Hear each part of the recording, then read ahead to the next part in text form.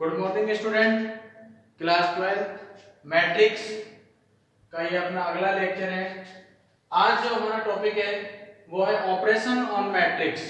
Operations on matrix यानी कि आव्यूह पर संक्रियाएं, यानी कि कौन कौन से ऑपरेशंस आव्यूह पर अपन लगा सकते हैं, जैसे दो आव्यूह को जोड़ना, दो आव्यूह को घटाना या दो आव्यूह को मल्टीप्लाई करना। तो आज का अपना लेक्चर का पहला टॉपिक है ऑपरेशन ऑन मैट्रिक्स। इसमें हम पहली चीज पढ़ेंगे मैट्रिक्स का योग, addition of matrix. Addition of matrix में क्या है, जब भी दो दिए गए मैट्रिक्स को अगर आपको जोड़ना है तो सबसे पहले उन दोनों मैट्रिक्स का क्रम समान होना चाहिए। ये मैं पहले भी बता चुका हूं। अगर दो मैट्रिक्स आपको जोड़ना है, एग्जाम्पल के लिए मान लो पहला मैट्रिक्स ए है 1 2 3 4 और एक दूसरा मैट्रिक्स बी है 3 4 5 6। हमें पता है कि ये जो मैट्रिक्स है वो 2 बाई 2 का है, तो ये भी 2 बाई 2 का है। अगर दो मैट्रिक्स को आपको जोड़ना है तो दोनों मैट्रिक्स का ऑर्डर जो है, क्रम जो है वो समान होना चाहिए, जैसा कि यहाँ पर है। ये भी 2 बाई 2 का है और ये भी 2 बाई 2 का है।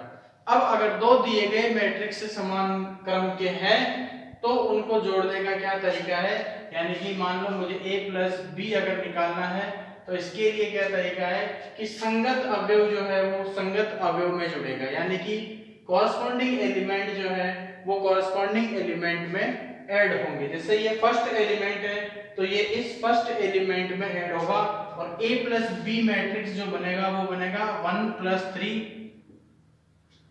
2 प्लस 4 3 प्लस 5 4 प्लस 6, और इसका भी क्रम वही होगा जिस क्रम के अपने पास मैट्रिक्स है। तो a प्लस बी हमारे पास आ जाएगा 3 और 1 4, 2 और 4 6, 5 और 3 8, 4 और 6 10। तो इस प्रकार ये हमारे पास जो है वो a प्लस बी आ गया। दूसरा इसका जो अपना प्रोसेस, इसमें दूसरा ऑपरेशन है वो है घटाना, यानी कि सब्ट्रैक्शन। इसके लिए भी वही बात है, अगर दो दिए गए मैट्रिक्स में से किसी मैट्रिक्स को आपस में घटाना है तो उन दोनों मैट्रिक्स का क्रम समान होना चाहिए, ऑर्डर जो है वो इक्वल होना चाहिए। अब यहाँ पर मान लो जैसे इसमें से मुझे a माइनस बी निकालना है, a माइनस बी, यानी कि इस मैट्रिक्स में से इस मैट्रिक्स को माइनस करना है तो क्रम समान होना चाहिए। संगत अवयव में से संगत अवयव माइनस होगा, यानी कि कॉरस्पॉन्डिंग एलिमेंट में से कॉरस्पॉन्डिंग एलिमेंट जो है वो माइनस होगा। तो यहाँ पर 1 माइनस 3 2 माइनस 4 3 माइनस 5 4 माइनस 6, और इसका भी ऑर्डर वही होगा जो दिए गए मैट्रिक्स का है। तो हमारे पास a माइनस बी जो है वो हो जाएगा -2 -2 -2 और -2। इस तरीके से अपने को दो दिए गए मैट्रिक्स को जोड़ना और घटाना है। दोनों में काम चाहे जोड़ने का हो चाहे घटाने का हो, ये जरूरी होना चाहिए कि दोनों मैट्रिक्स का जो क्रम है वो समान हो, तभी हम दो मैट्रिक्स को जोड़ या घटा सकते हैं। तो अगला अपना इसमें टॉपिक है मैट्रिक्स का गुणा। मैट्रिक्स का गुणा यानी कि मल्टीप्लाई ऑफ मैट्रिक्स। अगर किसी भी मैट्रिक्स को, जैसे ए मैट्रिक्स मैंने आपको दे दिया 1 2 3 4, अगर किसी भी मैट्रिक्स को स्केलर क्वांटिटी यानी कि 1 2 3 4 5 से मल्टीप्लाई करना है, किसी भी स्केलर क्वांटिटी k से मल्टीप्लाई करना है, तो आपको पूरा मैट्रिक्स उस नंबर से मल्टीप्लाई करना है। जैसे ये 1 है तो ये k हो जाएगा, ये 2 है 2k हो जाएगा, 3k 4k, यानी कि किसी भी नंबर से अगर मैट्रिक्स को मल्टीप्लाई करते हैं तो पूरा मैट्रिक्स मल्टीप्लाई होता है, यानी कि उसके सभी एलिमेंट जो है वो उस नंबर से मल्टीप्लाई होते हैं। जैसे इस मैट्रिक्स को मान लो मुझे 3a बनाना है, यानी कि दिए गए मैट्रिक्स को 3 से गुणा करना है, 3 से मल्टीप्लाई करना है, तो ये मैट्रिक्स जो है वो बन जाएगी 1 into 3 3, 2 into 3 6, 3 into 3 9, 4 into 3 12। और ये भी ध्यान रखना, अगर किसी भी मैट्रिक्स में से कॉमन भी हमें कुछ लेना है तो पूरे मैट्रिक्स में से कॉमन आएगा। जैसे इस मैट्रिक्स में मुझे मान लो वापस 3 कॉमन लेना है, तो मैं केवल यहां से नहीं पूरे मैट्रिक्स में से 3 कॉमन लूंगा, यानी कि 3। अब यहां से 3 कॉमन लिया 1, यहां से 3 कॉमन लिया 2, यहां से 3 कॉमन लिया 3 और यहां से 3 कॉमन लिया तो 4, और वापस अपने पास वही मैट्रिक्स आ गया। तो किसी भी मैट्रिक्स को जब अपन किसी नंबर से मल्टीप्लाई करते हैं तो पूरा मैट्रिक्स मल्टीप्लाई होता है, और किसी मैट्रिक्स में से अगर हम कोई नंबर कॉमन लेते हैं तो वो भी पूरे मैट्रिक्स में से कॉमन आता है। अब बात करते हैं अपन किसी एक मैट्रिक्स को दूसरे मैट्रिक्स से मल्टीप्लाई करना। तो एक मैट्रिक्स को दूसरे मैट्रिक्स से मल्टीप्लाई करने के लिए ये जरूरी है कि पहले मैट्रिक्स के स्तंभों की संख्या दूसरे मैट्रिक्स की पंक्तियों के बराबर हो, यानी कि नंबर ऑफ कॉलम, पहले मैट्रिक्स के नंबर ऑफ कॉलम जो है वो दूसरे मैट्रिक्स की नंबर ऑफ रोज के इक्वल होना चाहिए। दो मैट्रिक्स को के गुणा को अगर एक उदाहरण से हम समझें तो मान लो कि एक मैट्रिक्स मैंने आपको A जो है वो दी है 4 2 -5 1 0 3, जो कि 2/3 की है, क्योंकि इसमें 2 रो है और 3 कॉलम है। और दूसरा मैट्रिक्स B जो है वो हमारे पास 3/3 का है, क्योंकि उसमें 3 रो और 3 कॉलम है। अब मैंने क्या कहा है कि अगर दो मैट्रिक्स को आपको मल्टीप्लाई करना है तो पहले मैट्रिक्स के स्तंभों की संख्या दूसरे मैट्रिक्स की पंक्तियों की संख्या के बराबर होनी चाहिए, यानी कि पहले मैट्रिक्स में नंबर ऑफ कॉलम की हम बात करें तो यहाँ पर है 3 और दूसरे मैट्रिक्स में पंक्तियों की संख्या भी है 3, तो ये दोनों बराबर होने चाहिए।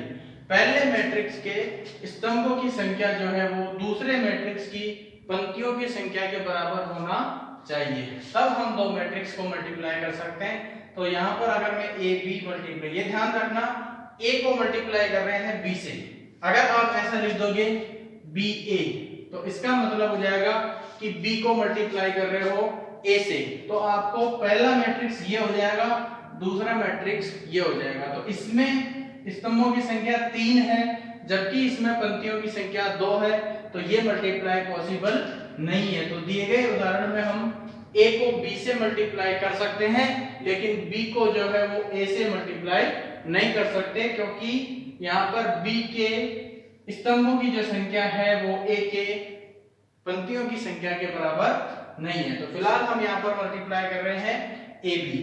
तो जब ऐसा हो कि फर्स्ट मैट्रिक्स की कॉलम की जो संख्या है वो दूसरे मैट्रिक्स के अगर रोज के इक्वल हो, तो हमें मल्टीप्लाई करने का क्या तरीका है कि पहले मैट्रिक्स की पहली रो और दूसरे मैट्रिक्स का पहला कॉलम, रो जो है वो कॉलम से मल्टीप्लाई होगी, तो पहली रो पहला कॉलम और करस्पॉन्डिंग एलिमेंट जो है वो करस्पॉन्डिंग एलिमेंट से मल्टीप्लाई होंगे। तो यहाँ पर 4 जो है वो 6 से मल्टीप्लाई होगा 24, 2 जो है वो -1 से मल्टीप्लाई होगा -2 और -5 जो है वो 1 से मल्टीप्लाई होगा -5। ये हमारे ए बी का पहला एलिमेंट होगा। अब पहला रो दूसरा कॉलम, ये हमारा दूसरा एलिमेंट होगा। तो यहाँ पर -7 जो है वो 4 से मल्टीप्लाई होंगे, तो -28, 2 जो है वो 2 से होगा 4 और -5 जो है वो 0 से होगा 0। पहली पंक्ति यानी कि पहला रो और तीसरा कॉलम, ये हमारा तीसरा एलिमेंट होगा। 4 जो है वो 0 से मल्टीप्लाई होगा 0, 2 जो है वो 5 से मल्टीप्लाई होगा 10 और -5 जो है वो 3 से मल्टीप्लाई होगा -15। तो इस तरीके से ये ए बी की पहली रो आती है। अब दूसरी रो और पहला कॉलम, तो 1 जो है वो 6 से मल्टीप्लाई होगा, तो 6 -1 0 से मल्टीप्लाई होगा 0, एक जो है वो 3 से मल्टीप्लाई होगा 3, दूसरी रो और दूसरा कॉलम, एक जो है वो -7 से मल्टीप्लाई होगा -7, जीरो जो है वो 2 से मल्टीप्लाई होगा 0, और जीरो जो है वो 3 से मल्टीप्लाई होगा 0। दूसरी रो और तीसरा कॉलम, 1 जो है वो 0 से मल्टीप्लाई होगा 0, 0 जो है वो 5 से मल्टीप्लाई होगा 0, और 3 जो है वो 3 से मल्टीप्लाई होगा 9। इस तरीके से जो नया AB मैट्रिक्स मिला है उसमें 2 रो और 3 कॉलम है, तो इसका जो ऑर्डर है वो हो जाएगा 2/3।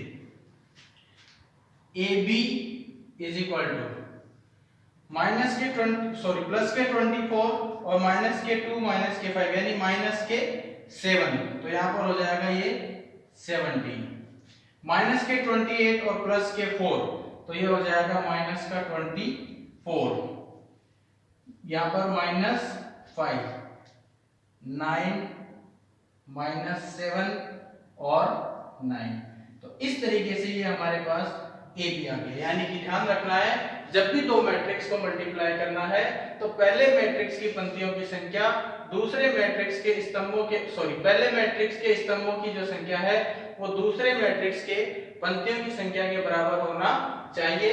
तब अपन ने ये मल्टीप्लाई किया है, पहली रो पहला कॉलम पहला एलिमेंट, पहली रो दूसरा कॉलम दूसरा एलिमेंट, पहली रो तीसरा कॉलम तीसरा एलिमेंट, दूसरी रो पहला कॉलम चौथा एलिमेंट, दूसरी रो दूसरा कॉलम पांचवा एलिमेंट, दूसरी रो तीसरा कॉलम छठवां एलिमेंट। और इस तरीके से जो ऑर्डर आएगा वो भी ध्यान रखना, ये बचा हुआ ऑर्डर आएगा,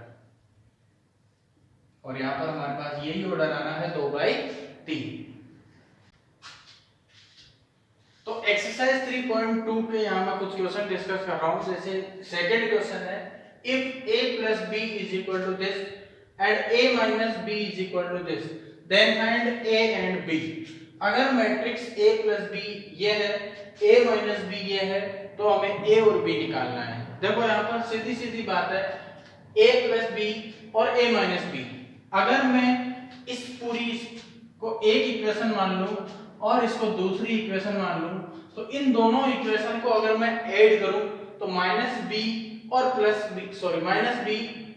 b जो है वो कैंसिल हो जाएगा। यानी कि अगर मुझे एक का मान निकालना है तो दोनों समीकरणों को मैं क्या कर सकता हूं, ऐड कर सकता हूं। तो ऐड 1 ऐड 2, इक्वेशन 1 एंड 2, तो देखो a plus b is equal to matrix -7 0 2 -5, और a minus b is equal to matrix 3 -2 0 3। ये भी 2/2 का मैट्रिक्स है और ये भी 2/2 का मैट्रिक्स है। अब इन दोनों इक्वेशन को ऐड करूंगा तो प्लस का b और माइनस का b कैंसिल हो जाएगा, और क्या आएगा a plus a 2a is equal to, दोनों मैट्रिक्स जोड़ना है तो अभी बताया था कि दोनों का क्रम बराबर होना चाहिए, बराबर है। संगत अवयव जो है वो संगत अवयव में जुड़ेगा, यानी कि कॉरेस्पॉन्डिंग एलिमेंट में ऐड होंगे। तो 2a इज इक्वल टू हो जाएगा -7 और प्लस का 3, तो -4, 0 और -2 2 और 0 2, -5 और प्लस का 3 -2।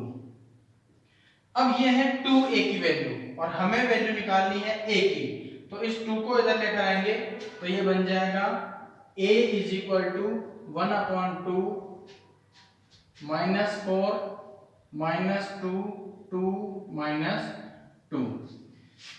अब जब 1/2 को अंदर मल्टीप्लाई करेंगे तो सारे एलिमेंट मल्टीप्लाई होंगे, यानी कि 2 से इन सबको काट दो तो देखो क्या बन जाएगा a इज इक्वल टू, जब -4 को 1/2 से मल्टीप्लाई करोगे तो -2, -2 को 2 से मल्टीप्लाई करोगे -1, 2 को 1/2 से मल्टीप्लाई करोगे तो 1, -2 को मल्टीप्लाई करोगे 1/2 से -1, और इस तरीके से हमारे पास a का जो मान है, मैट्रिक्स a का जो मान है वो आ गया -2 -1 1 -1। अब हमें मान निकालना है b का, तो ये समीकरण फर्स्ट है। इस a का मान समीकरण 1 में रख दें या समीकरण 2 में रख दें तो b का मान आ जाएगा। जैसे मैं समीकरण 1 में रखता हूं तो समीकरण 1 में रखने पर तभी क्या बन जाएगी, a का मान यहां हम रख देंगे -2 -1 1 -1 प्लस b बराबर -7 0 2 और -5। अब क्या करना है, b का मान निकालना है तो इसको उधर ले जाओ यानी कि माइनस में चली जाएगी तो b बराबर आ जाएगा -7 0 2 -5 माइनस और ये वाला मैट्रिक्स -2 -1 1 -1। अब देखो -7 में से माइनस कर रहे हो -2 तो माइनस माइनस क्या बन गया प्लस, तो माइनस का 7 और प्लस का 2 तो आपके पास आएगा माइनस का 5। 0 और माइनस माइनस प्लस का 1 तो 1 2 और माइनस का 1 1 माइनस के 5 और माइनस माइनस प्लस का 1 माइनस के 5 और प्लस का 1 ये हो गया 4।